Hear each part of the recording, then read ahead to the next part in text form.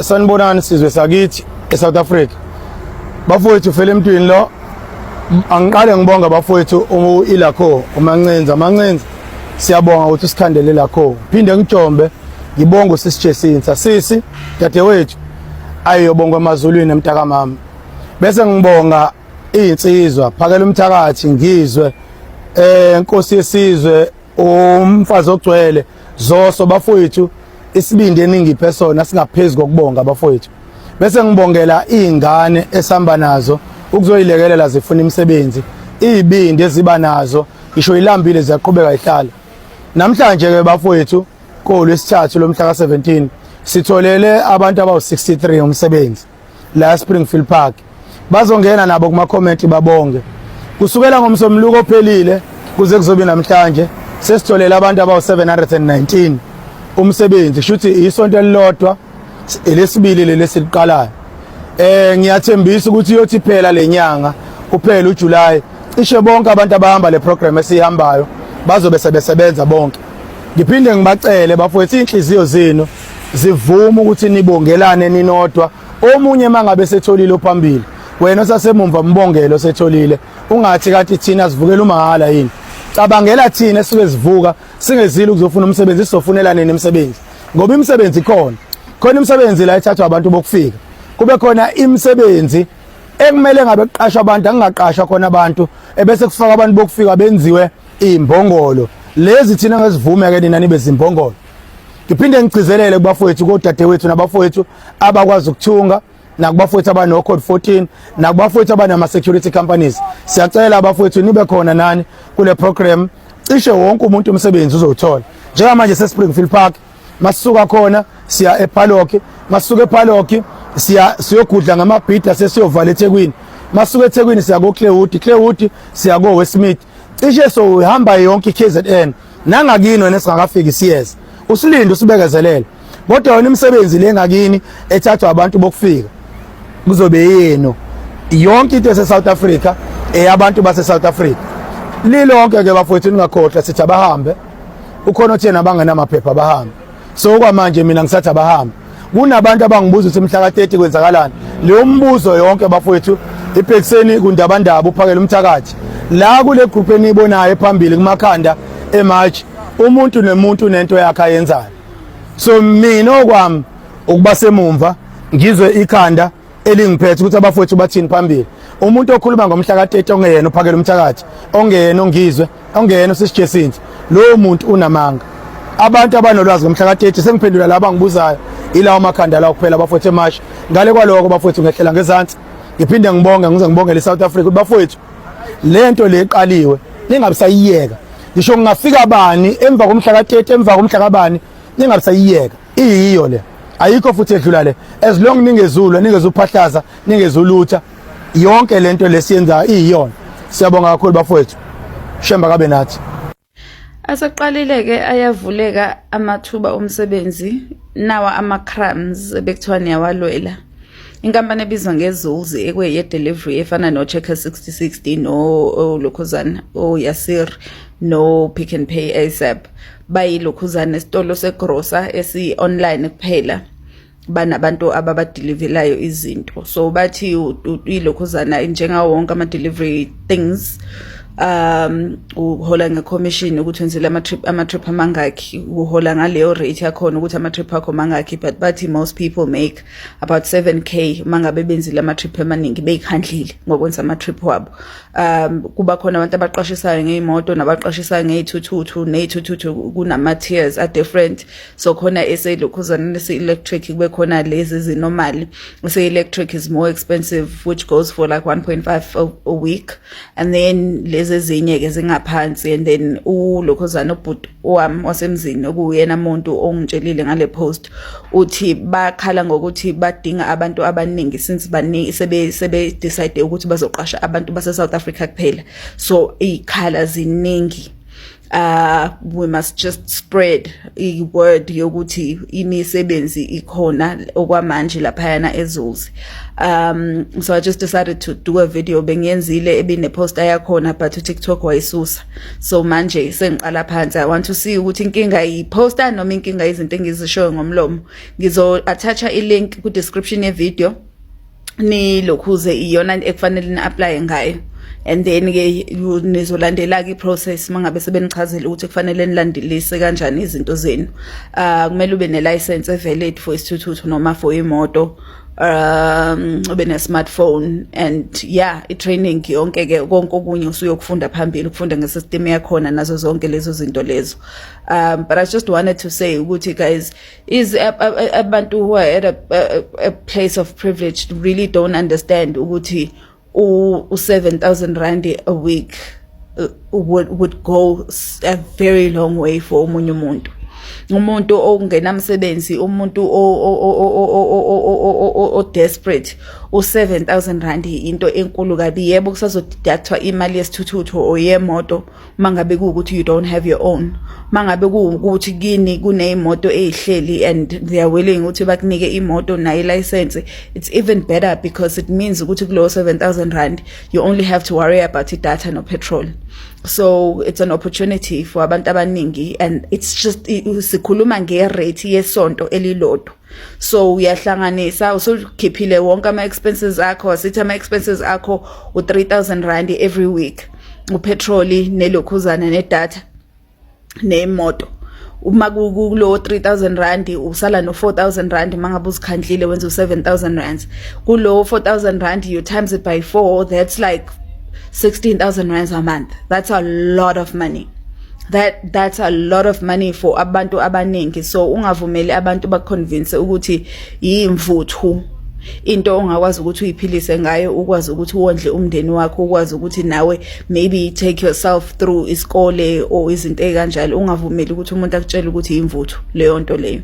So seziqalile ezinye inkampani ziya comply sithi zizoqasha abantu bendawo kuphela. There we go. Nayi opportunity thathani bafethu. Sihlobo zami ezithandekayo mako. Full arm. Mamelani ke bandaba kwethu. Yabona ngale xa umuntu kalozi inkosi zami eshare ba ekuyaqashwa endaweni ebiza igama lekhampani. Ungumsebenzi wakho ukuba uguglisha ikhampani okanye uyifonele uGoogle ndimthana ngembeko. Ufaka zonke details zecompany registered ezalapha eMzantsi Africa wena ufone and do inquiry ndoba ndibona le post ndibona ku Facebook kuba ndiyatsho mna ndizibona ku Facebook ezi post ne most yazo and zikhona nabanye abantu ba confirm laba bathi siqashiwe qha ngomuntu obusy ngezinto zokwenza ivideo baninzi abantu beconfirm apha bechaza yaba kwenye ivideo ndithi apha mangam ndibonisa umunye umuntu etestify ngaqona nazi ke bantu ndiyizama ke ukwenza ivideo nazi ke zizawulandela ke ilenduza icompanies ebendithezi yaqasha ngokwepost ebendizibona zicirculator kumakhasi onxibelelwano. So kakuthiwa kuyaqashwa kwaFidelity contact uFidelity and ubuze ikhona ngicela i-email ngicela usend izinto zami nje ingapheleli apho khani izimarketeni kwezindawo uchaza bandi nayo into ethini singithatha abantu bokufika bayahamba niyazi bandi khona please consider me. There is nothing wrong to say that awuzobe umtsala ngesikhanda umqeshi uba usecurity into ethile sininzi ipost eKapa ke lento bangibandi beneqhala gqithi yiyo ndibona basithule guys esibhedleleni zethu zoma Mitchells Plain zoma Grooteskier zoma Somerset itenda enabantu bokufika baseZimbabwe ba clean up akufanele sincuncuzelene kufuneka siyithathe serious sibize as officials kuthiwa ziyabizwa nezi stakeholders sizo screenela abantu baphume nkosi yami abantu bakwethu ba right bayafuna uclean esibhedlela masincedisane singamakapa. Please leyo into masiqale ngokisaqhuma le misebenzi sithi siyayifuna thina sithi mincinci yethu kumele ilakho izosincedisa guys. They available ke mina nindikhonda kithi sihambeni zonke ezindawo isecurity intoni abantu bajikela ngaphambili nendo zabo icaci ba asithethi insomi xa siyenza practical siyenza like sihamba kwezi companies zonke abantu bazofakisa iyawubanhle lento ndiyithethela loo nto bafuna kube kwi action plan Please siyayazi thina asizikhande into sizithethayo. Izecurity zimile. Just imagine the court of law yase South Africa kume umuntu welinye ilizwe egade ecourt egatini. Ngazi ngicifama ziyahlekisa izinto azisikitazi thina. Uthi ukuthi mosilele umzekelo ngoke kwakukho ilento uzapha umuntu wangena negani kuthiwa ifake elofini okanye ku KFC ecourt yayizizi loopholes ezinje. Zindawo zethu ezixabisekileyo le iphi sovereignty yethu. Court of law ime umuntu wangaphezulu Zimbabwe, umuntu wangapha eMalawi, umuntu wase Nigeria, whatever kuma Nigeria kaphangela azobulala ke wonapha. Ziserious ezizinto and asisithethi kuba sisoyikufa uba siyafa masife sifele ilizwe lethu. Asinaxesha loba umuntu ufila kanjani na friends ezinabantwana ezichathe ne foreigners ziyandazi mina ndiyancinci ndithethe inyani ziyandazi nangokwa ndithethela uthando ndithethela ibuzwe bam iSouth Africa yam andinangxaki umuntu bufuna my friend makamke naye achate ayibethe uba ufuna abahlala eSouth Africa makabe nencwadi ezizohlala lapha sizoyihlekela lona ayihlekisi ayikho mandi.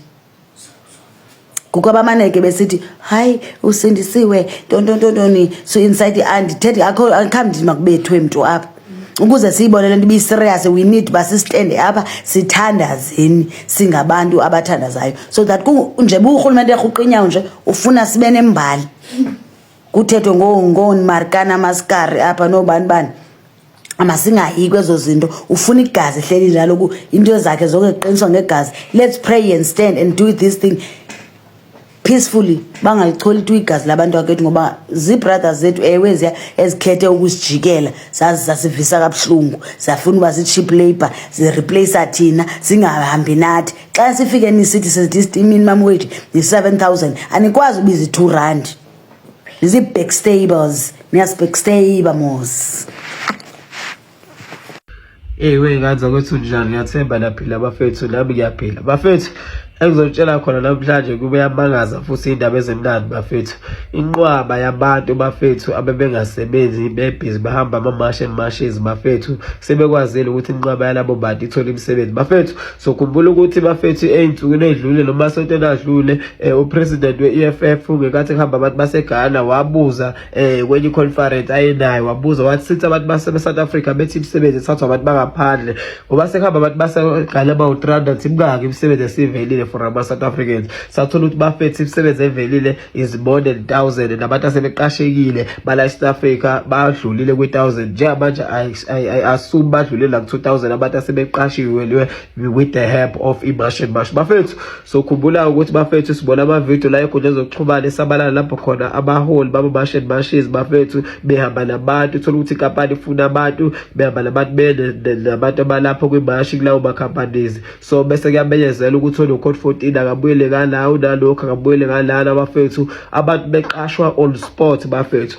Engizokugcizelela bafethu ukuqashwa kwabantu bokukhanda kwabantu bemsebenzi enye yama challenges esifesele nawo la eSouth Africa sithi sine number enkulu more than 40% number of unemployment sizobala nje i-youth yodwa more than 40% of youth unemployment esinawo kwi-country yethu. So leyo is been the challenge of the government ever since belokho benza ama-manifesto belokho bepromise ukuthi bazokwenza abantu bemsebenzi bafethu. Akekho ngizokugcizelela akekho umuntu oqashiwe laphana oqashiwe with the help of a-march bafethu uthatha i-CV yakhe wayesendela ubaba uphakela umthakathi ngasese noma wayesendela ubaba ufele empilo or ubaba ugizwe noma ubaba uJensitha. Bonke abantu abaqashiwe beqashwa bethatha kuso isixuku sabantu laba ababashayo bekubuza isixuku ukuthi ubani lento ethile bese abantu beyasukuma bethola imisebenzi bafethu. So khumbula ukuthi imisebenzi eminingi bafethu bekuzima ukuyithola bafethu especially kwezinye iy'khuko zikahulumeni lapho khona okuduba ukuthi kuzungene emsebenzini kumele i-CV yakho ihambe via ngasese noma kumele i-CV yakho kumele ihambe idlule le-CV enomoya bafethu njalo njalo. La bafethu akekho umuntu okhokhele abaholi bama-marches bafethu i-CV enomoya ukuze iqasheke. So lokhu i-recruitment process yenzeka live abantu bebuka bethola imisebenzi bebuka bafethu. Sibonga kakhulu bafethu kuba kuyi-march nama-organization alwela abantu afana nabo lakho bafethu okuyibona abantu abenza sure ukuthi abantu base-South Africa baya-absorba ama-companies bafethu abeqashe kakhulu ama-illegal foreigners. Bafethu kuthini uphawula kwenu ngalolu daba? Because siyabona ama-companies amaningi ever sithi kulama-martian marshes futhi aseyawaxosha ama-foreigners. Bafethu akhala ukuthi ama-companies they can't just look at their companies zivala just because they are not complying with ama-labor relations law. Bafethu siyakhumbula-ke bafethu umthetho waka-labor uzabe uqinisa uthunya kakhulu nenkampani eqasha abantu bokufika njengokuthi ulokhu ufayine inkampani eqasha abantu bokufika 100,000 per each illegal foreigners elisuke lilowo msebenzi. Bafethu noma esuke lisebenza kuleyo kampani okusho ukuthi inkampani bokuthi mhlawumbe izobeqasha abantu abawu4 noma abawu5 isho ukuthi leyo kampani izokhokhela uhulumeni imali engako 400,000 to 500,000 as a fine ukuthi iqasha abantu abama-foreigners. So ama-companies amaningi bafethu aseyaqala thinta ama-organization afana no-martian marshes ukuthi they can come to their places, their vacancies njalo njalo. So bafethu umbuzo wami nawo kulabo sopolitiki ade belokho bethi ama-foreigners awaqeda imisebenzi bayakhandela bona imisebenzi.